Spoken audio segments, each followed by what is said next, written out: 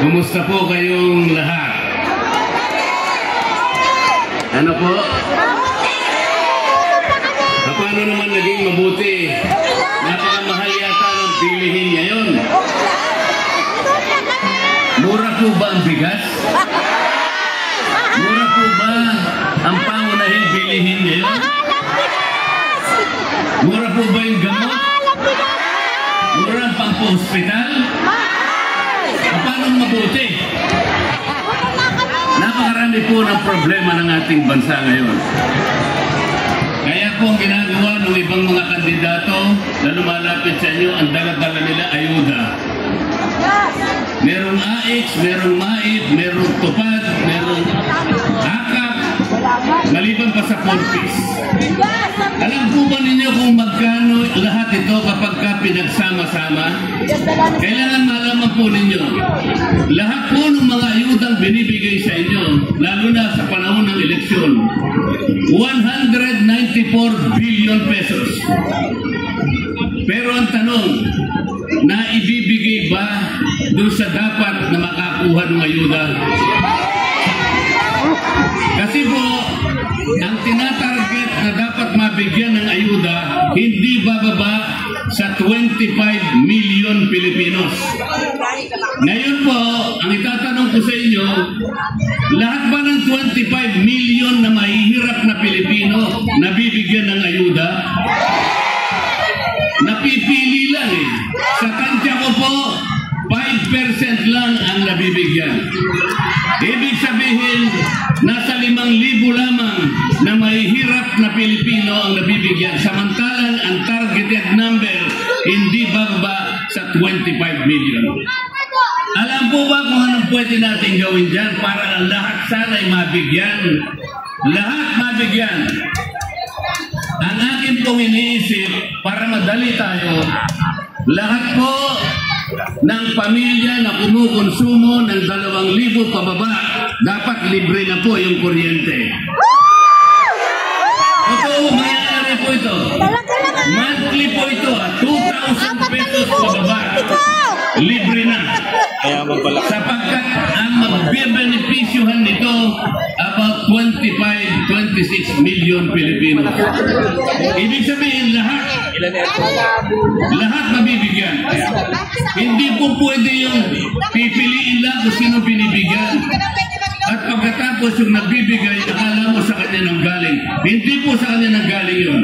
Hindi niya pera yun. Pera po ninyo yun. Ang tagal nga lang na dapat na ibalik ko sa inyo. Pagka po may dumating sa inyo mga kumakandidatong senador, ang dami nilang pera ngayon. Kunin po ninyo sapagkat sa inyo yun. Huwag kayong magpapasalamat sa kanila. Iboto pa rin ninyo. Yung gusto nyo iboto, isama na po ninyo ako doon. Dante Marcoleta, number 38 sa balota, at pakisama na po ninyo si Kuya Ipe, na ipinakilala ako sa inyo kanina. Ang sabi ko po, napakarami nating problema. Hindi lamang pangkabuhayan. Kailangan po ibaba natin ang presyo ng kuryente sa bansang ito sapagkat yun po ang nakasulat mismo sa batas. Ang nakasulat sa batas, idulot ang kuryente sa lahat ng mamamayang Pilipino sa murang halaga. Alam po ninyo kung paano gagawin natin? Tanggalin po natin yung 12% VAT. Sapagkat tayo lang na Pilipino, ang bansang Pilipinas lang ang merong VAT. Pumunta kayo sa Vietnam, pumunta kayo sa Malaysia, pumunta kayo sa Cambodia, walang VAT dito lang.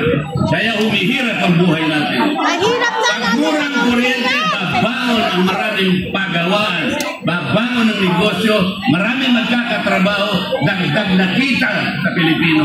Yun po ang kailangan natin. Hindi ayuda, pampasikat lang sa kanila. Akala mo pera nila nang galing sa bulsa. Mga kababayan, hindi na po magtatagal. Kasi po meron lang kami mga ilang minuto Importante lang po sa akin, makita ko kayong lahat at masabi ko sa inyo ang dapat yung malaman. Isa pa pong malaking problema ng bansa natin ang pagkakahati-hati bilang Pilipino. In-impeach nila ang Vice President, mahati na naman tayo. Binukot nila si dating Pangulong Digong, dinala sa malayong lugar. Nahati-hati na naman. Nalungkot ang maraming Pilipino kung hindi man lahat. Alam ko kayo po, marami sa inyo nalulungkot din. Itama po natin ang maraming mali. Ayusin po natin ang maraming mali. Mabuti po dito sa Distrito 5 at sa buong Maynila, meron kayong Yorme, meron kayong si Atienza, meron kayong Amado Bagatsing na talagang tutulong sa inyong lahat dito sa Maynila. Ngunit yung kabuuan ng ating bansa, kailangan po natin ayusin. Tulungan po ninyo ako, tulungan nyo kami. Para sa ganun, magkita-kita po tayo at magtutulong-tulong po tayo. Makayang-kaya po natin gawin ito. Itama po natin ang mali. Pigilan natin ang pagtanggal sa Vice President. Ibalik natin si Pangulong Digong sa lalong madaling panahon. Maraming salamat po sa inyong lahat. Maraming salamat po. Dito, wala pa po natin kinitimulan ng shade ang number 38 para sa ating magiging senador, Rande Marcoleta.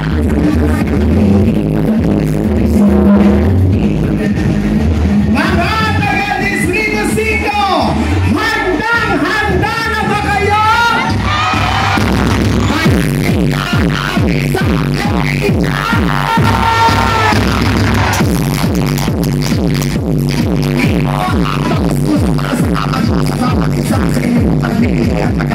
Nakakasama po natin kayo ay alam ko po na kami po ay sabik na rin po maramdaman muli ang talaga namang kaginawaan, Gloria at Ningning ng ating lungsod. Kaya po mga minamahal po namin taga-Distrito 5, samahan po natin ang tambalang muling magbibigay ng Gloria at Ningning sa ating lungsod. Samahan po natin hanggang Mayo 12 para sa isang maunlad na lungsod ng Maynila. At pagkakataon po ito, kasama na po natin ang tambalang muling magbibigay ng Gloria at Ningning sa ating lungsod. Palakpakan po natin.